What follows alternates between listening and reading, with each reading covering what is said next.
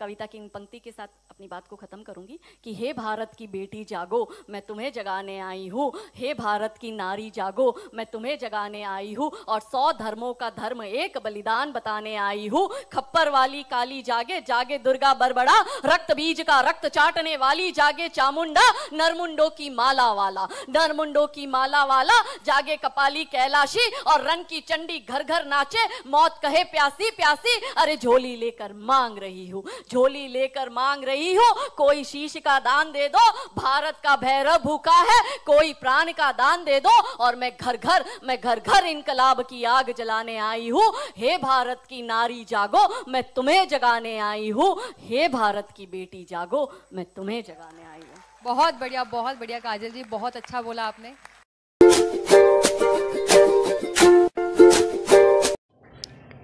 Hello दोस्तों, गुजरात की काजल हिंदुस्तानी, जिनका अपना यूट्यूब चैनल है और बहुत अच्छा काम कर रही है हिंदुओं के लिए। अपने सनातनी हिंदू भाइयों बहनों और बहू बेटियों में जागरूकता आए, देश में क्या हो रहा है कुछ समझ पाए और सावधान रहे। आप भी जुड़िए काजल हिंदुस्तानी के साथ और वीडियो देखें उनके चैनल पर जाकर, और ये वीडियो ज़्यादा से ज़्यादा लोगों तक पहुँचाए। आइए देखते हैं वीडियो। धर्म, मैं मानती हूँ जो करना चाहिए वो धर्म है, और जो नहीं करना चाहिए वो अधर्म है।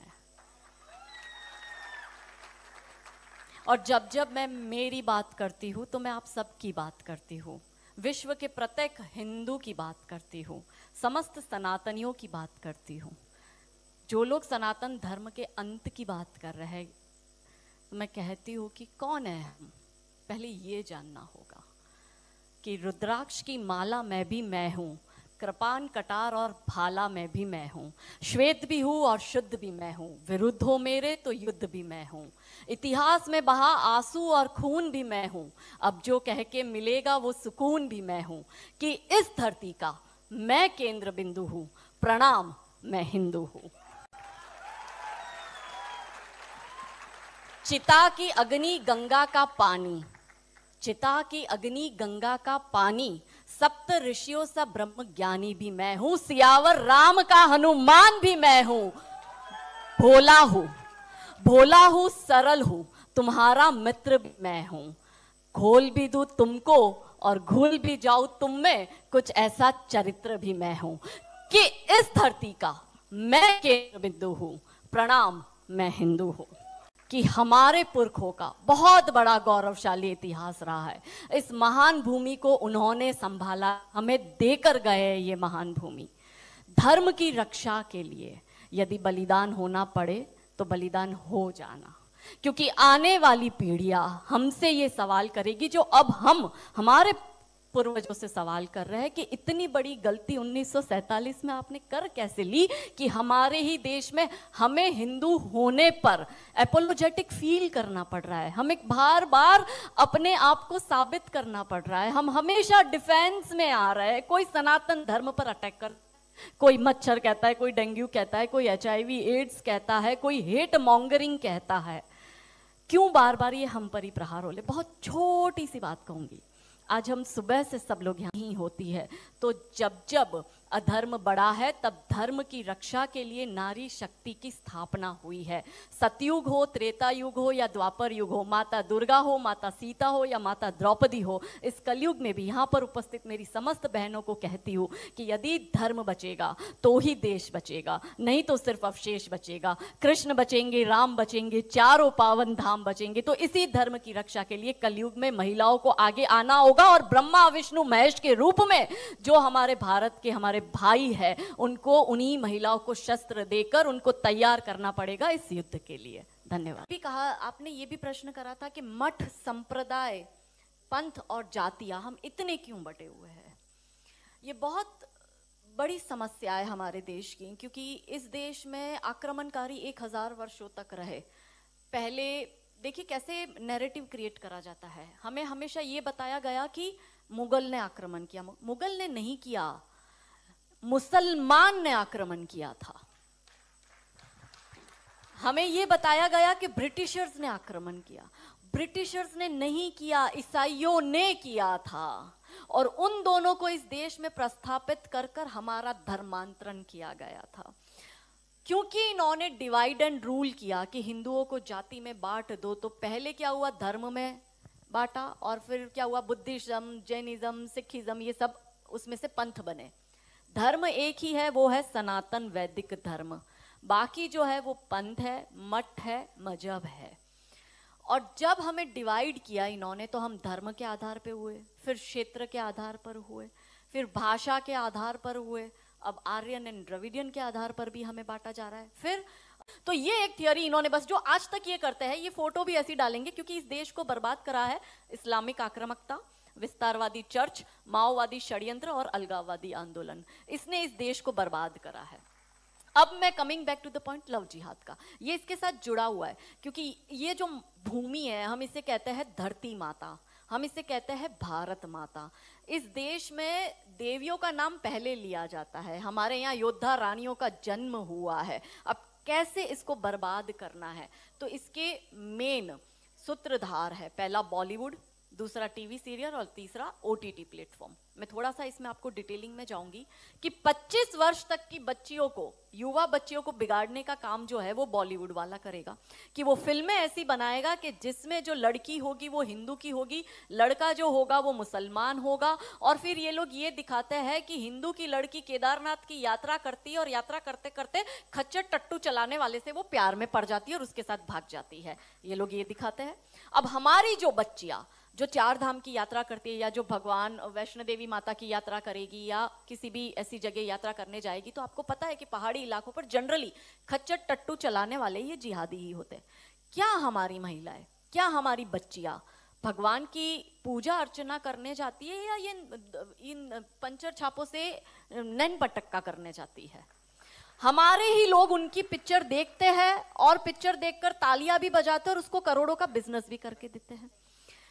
ये तो हुए 25 वर्ष की, क्योंकि एक फिल्म आई थी अतरंगी रे, जिसमें सारा अली खान का, क्योंकि वो लेटेस्ट क्रश है अभी जो युवा बच्चियां है उनका, तो सारा अली खान का एक डायलॉग था और ट्रेन में जा रहे थे और जाते जाते एक चर्चा होती है, वो हीरो मिलता है ट्रेन में और दोनों अपनी लव स्टोरी बताते हैं। और वो जो लड़का है वो लड़की पूछती है सारा अली खान उसको कि तुम्हारी लव स्टोरी के बारे में बताओ, तो कहता है मैं, अब शादी हो रही है मेरी, बस मैं अपनी शादी में ही जा रहा हूँ। तो कि किससे हो रही है? तो बोले मेरे समाज की लड़की है, मेरे गाँव की लड़की, हम साथ में ही पढ़ते थे। तो बोले ले, ये और कोई लव स्टोरी है? तो बोले और कैसी होती है? तो बोली मेरी लव स्टोरी है कि मैं ठाकुर की लड़की और वो कतई मियाँ भाई, और ये है असली love story. That was the dialogue in that film.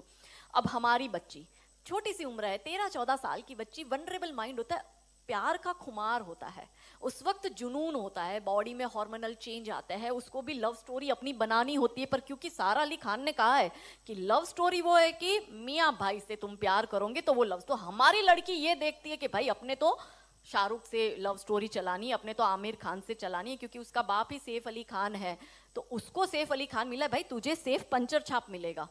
क्योंकि बॉलीवुड और रियल लाइफ ये दो अलग चीज है। पर हमारी बेटियां ये समझती नहीं। तो 13-14 साल की बच्ची के दिमाग में ये कि अगर प्यार करना है तो मुसलमान से करो, मैं इतिहास में छप जाऊंगी, मेरी तो लव स्टोरी बन जाएगी। फिर वो अलग बात है, वो 35 टुकड़ों में आती है। दूसरी बात ये कि 25 साल की लड़कियों को ये बिगाड़ रहे हैं। 25 से 35 साल की शादीशुदा महिलाओं को बिगाड़ने का काम एकता कपूर जैसी महिलाएं अपनी टीवी सीरियल के माध्यम से करती है। कैसे करती है कि वो अपने टीवी सीरियल में एक महिला बिल्कुल टिपिकल हमारे ड्रेसअप में, अच्छी सी साड़ी, बड़ा बड़ा मंगलसूत्र, बड़ा सिंदूर, बड़ी बिंदी, पीछे अंबे माँ का बहुत बड़ा स्टैच्यू होगा। आप देखना उसके सारे सीरियल में ये इंडिकेट्स होते हैं कि हिंदू धर्म को बर्बाद कर दो। देखिए कोई भी देश को बर्बाद करने के लिए बम, बारूद, गोला, असला, मिसाइल दागने की जरूरत नहीं है। आप उस देश की सांस्कृतिक व्यवस्था, शैक्षणिक व्यवस्था और पारिवारिक व्यवस्था को खत्म कर दो, वो देश अपने आप खत्म हो जाएगा। यही षड्यंत्र चल रहा है। तो इस देश में महिलाओं और बेटियों के दिमाग को खराब कर दो, क्योंकि हम परिवार व्यवस्था में समझते हैं तो जो बेटी हमारी, आज हमारे घर की बेटी है, वो किसी के घर की बहू बनेगी और वो 2 परिवारों को जोड़ती है, तो उन परिवारों को बर्बाद करने का षड्यंत्र चल रहा है। तो होता क्या है, दिखाएंगे क्या सीरियल में? प्यार एक से करेगी, शादी दूसरे से करेगी, फिर जीवन में कोई तीसरा आएगा, दूसरा मर जाएगा, फिर चौथा पसंद आएगा, फिर दूसरा जो मर गया वो जिंदा हो जाएगा, फिर कंफ्यूज हो जाएगी चौथे के साथ जाऊं कि दूसरे के साथ जाऊं। यही दिखाती है वो। क्या सच में यहाँ जो मेरी महिला, मेरी बहनें बैठी है, वो बताओ कि क्या हम हिंदू महिला है 4-4 पुरुषों के साथ संबंध रखती है? बताओ, जोर से बोलो। क्या हमारे परिवारों में ये होता है कि हम एक को पसंद करते हैं, हम दूसरे से शादी करते, फिर हमें तीसरा पसंद आता है, फिर हमारा मर जाता है पति, फिर हमें चौथा अच्छा लगता है, और जो मर गया पति वो सडनली जिंदा हो जाता है, फिर हम कंफ्यूज होते हैं हम किसके साथ जाए? क्या हमारी ये वैल्यू है? यही सीरियल हम देखते हैं और हम तालियां बजाते हैं, और हम हमारी बेटियों को भी यही टीवी सीरियल दिखाते हैं। और इन सारी टीवी सीरियल में एक ही चीज कॉमन क्या है? जो सास है वो 1 नंबर की नालायक, जो ननंद है वो 1 नंबर की नालायक, और ये दोनों बहू के खिलाफ प्लानिंग करेगी। तो अब जो वनरेबल बेटी अपनी माँ के साथ वो टीवी सीरियल देख रही है, उसका दिमाग कैसे खराब होता है? उसको पहले से ही, जैसे अनकॉन्शियस माइंड में चीजें कैसे काम करती है, उसको दिमाग में पहले ही बैठ जाएगा कि मेरी सास भी मुझे ऐसी ही मिलेगी। क्यों हमारे हिंदू परिवार टूट रहे? क्यों आजकल हमारी बेटियों को जॉइंट फैमिली में रहना पसंद नहीं आता है? उसे शादी के दूसरे दिन अलग होना है।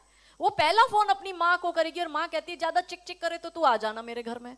हमारे माता पिता ने हमें ये सिखाया था कि तेरी डोली उठ रही है, तू इस घर में वापस तभी आएगी जब तुझे प्यार से आना है, तू तेरी अर्थी वहीं से ही उठेगी, हमें तेरी घर में एंट्री नहीं देंगे। ये हमें बचपन में सिखा दिया गया था। इसलिए आज भी हम जॉइंट फैमिली में रहते हैं, हम ससुराल में रहते हैं। भारतीय सांस्कृतिक व्यवस्था, पारिवारिक व्यवस्था को हमने बनाए रखा है। पहले कैसे रहते थे? और तीसरा जो मैंने कहा ओटीटी, 35 से 45 वर्ष तक की महिला जो कि वर्किंग विमेन है, जो जॉब करती है, उस महिला को कैसे दिमाग खराब करना है फेमिनिज्म के नाम पर। यदि आप नौकरी कर रही है तो आपको परिवार नहीं चाहिए, आपको पति नहीं चाहिए, आपको सास ससुर नहीं चाहिए, वो सब आपके पैर की जूती, क्योंकि आप वर्किंग विमेन है, आप नौकरी कर रही है। और एक हाथ में दारू का ग्लास, दूसरे हाथ से सिगरेट फूको, अंग्रेजी में बड़ी बड़ी गालियां बको, और आप अपने आप को फेमिनिस्ट कहो। क्या ये फेमिनिज्म है? ये फिल्म क्यों नहीं बनाते नायिका देवी पर, दुर्गावती पर, रानी कमलावती पर, रानी चिन्नमा पर, रानी अब्बका पर, रानी लक्ष्मीबाई पर? ये ऐसी फिल्म क्यों बनाते हैं? ये बनाए रानी नायिका देवी पर फिल्म के जिसने मोहम्मद गौरी को नपुंसक बनाकर गुजरात से मार के भगाया था और वो 13 साल तक वापस भारत में नहीं आया था। ये इसलिए नहीं बनाएंगे क्योंकि भारत की बेटी को करीना खान बनाकर उसकी कोख से तैमूर और जहांगीर पैदा करवाने हैं। बहुत बढ़िया, बहुत बढ़िया। ये नहीं चाहते कि हमारे देश की बेटी दुर्गावती बने, हमारे देश की बेटी जौहर करे। ये नहीं चाहते कि हमारे देश की बेटी रानी कमलावती बनकर निजामों के सामने जल समाधि दे दे। ये नहीं चाहते हमारे देश की जो रानियां हैं, रानी चिन्नमा, रानी अब्बका का इतिहास आए उनके सामने।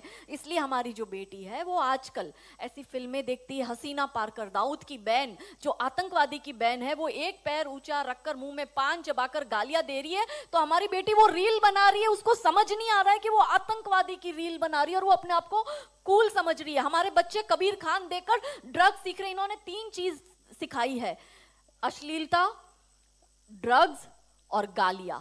तो हमारे जो बच्चे वो ड्रग्स, अब देश की सबसे बड़ी समस्या, कॉलेज में, स्कूल में 8वीं की बच्ची के बैग में से ड्रग्स की पैकेट मिली है। लव जिहाद का सबसे बड़ा कनेक्शन है, एक बॉलीवुड के माध्यम से, एक सोशल मीडिया के माध्यम से, एक डर का माहौल बनाकर, और चौथा ड्रग्स के माध्यम से।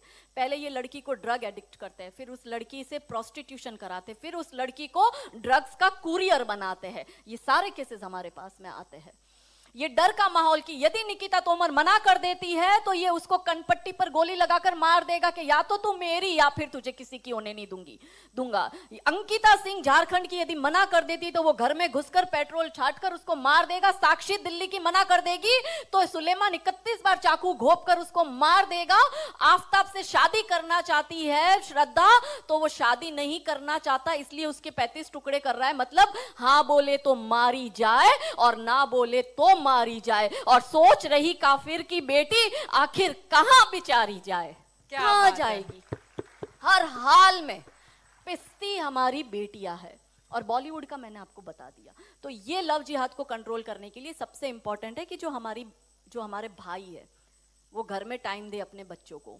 जो हमारी बहनें हैं वो टीवी सीरियल और रील्स में से बाहर निकलकर अपने बच्चों को टाइम दे। यदि घर में प्यार नहीं मिलेगा तो वो प्यार बाहर ढूंढने जाएगी। ये ब्लैंक स्लेट है। यदि आप इस पर जय श्री राम नहीं छापोगे तो कोई इस पर अल्लाहू अकबर छाप ही देगा। और उस बेटी को जब वो कोई अब्दुल प्यार भरी बातें कर कर उठाकर ले जाता है, तब वो बेटी की माँ को याद आता है, उसके पिता को याद आता है कि कमी क्या रह गई। वो अपने आप से पूछो कि कमी। बच्चों को सिर्फ प्यार चाहिए, उनको आपका पैसा नहीं चाहिए, उनको महंगी गिफ्टें नहीं चाहिए। जो पूरा टाइम है वो बच्चों को। तो अब हम क्या है कि परिवार व्यवस्था में रहे नहीं, दादा दादी संस्कार देते थे, वैल्यूज देते थे, वो रहे नहीं। अकेला परिवार, माता पिता और एक बच्चा, पिता कमाने जा रहा है, माँ भी नौकरी पे जा रही है, बच्ची अकेली चैटिंग कर रही है रात को 3-3 4-4 बजे तक अब्दुल के साथ। अब वो खाली जगह है, कोई तो भरेगा उसको। लो हैंगिंग फ्रूट का कॉन्सेप्ट है, जो नीचे लटकेगा उसको पहले टूटा जाएगा। हमारी बच्चियां इमोशनल होती है, हम उनको मेंटली तैयार नहीं करते, तो उन बेटियों को फिर ये कर ऐसे कर देते हैं। तो मैं यहाँ पे उपस्थित समस्त मेरी जो बहनें हैं, जो बेटियां मुझे सुन रही है, कविता की इन पंक्ति के साथ अपनी बात को खत्म करूंगी कि हे भारत की बेटी जागो, मैं तुम्हें जगाने आई हूँ। हे भारत की नारी जागो, मैं तुम्हें जगाने आई हूँ। और 100 धर्मों का धर्म एक बलिदान बताने आई हूँ। खप्पर वाली काली जागे, जागे दुर्गा बरबड़ा, रक्त बीज का रक्त चाटने वाली जागे चामुंडा, नरमुंडों की माला वाला, नरमुंडों की माला वाला जागे कपाली कैलाशी, और रंग की चंडी घर घर नाचे, मौत कहे प्यासी प्यासी, अरे झोली लेकर मांग रही हूँ, झोली लेकर मांग रही हूँ। कोई शीश का दान दे दो, भारत का भैरव भूखा है, कोई प्राण का दान दे दो, और मैं घर घर इनकलाब की आग जलाने आई हूँ। हे भारत की नारी जागो, मैं तुम्हें जगाने आई हूँ। हे भारत की बेटी जागो, मैं तुम्हें जगाने आई हूँ। बहुत बढ़िया काजल जी, बहुत अच्छा बोला आपने।